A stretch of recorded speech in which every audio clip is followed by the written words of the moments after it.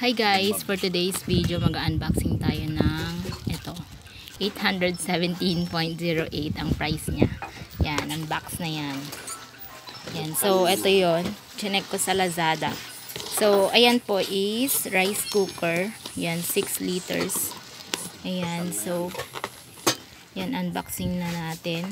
Bali, meron siyang 150 cashback pa. So, once na na-order na to at na-deliver na, magkakaroon ka ng, meron siyang 150 cashback.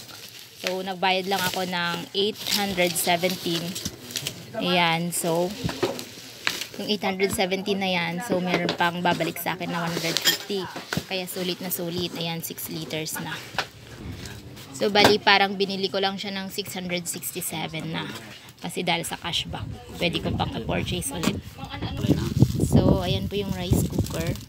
Ayan, ayan, open na natin. 6 liters. Pwede po siyang pang fry, pwede ring pang cake, pwede ring pang rice. Pang rice talaga.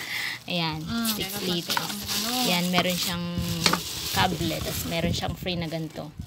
Then, ayan. Tatlo. Dapat may adapter. Hindi lang siya para sa rice, pwede ring sabaw, pwede ring magluto dito ng ano, ng buong chicken, tapos lagyan ng soup. Yan, pwede. Pwede ring mag-bake dito ng cake. Yan o, pang-bake din, pang-steam din pwede rin. Yan. Yun lang po for today's video. Thank you for watching. Bye.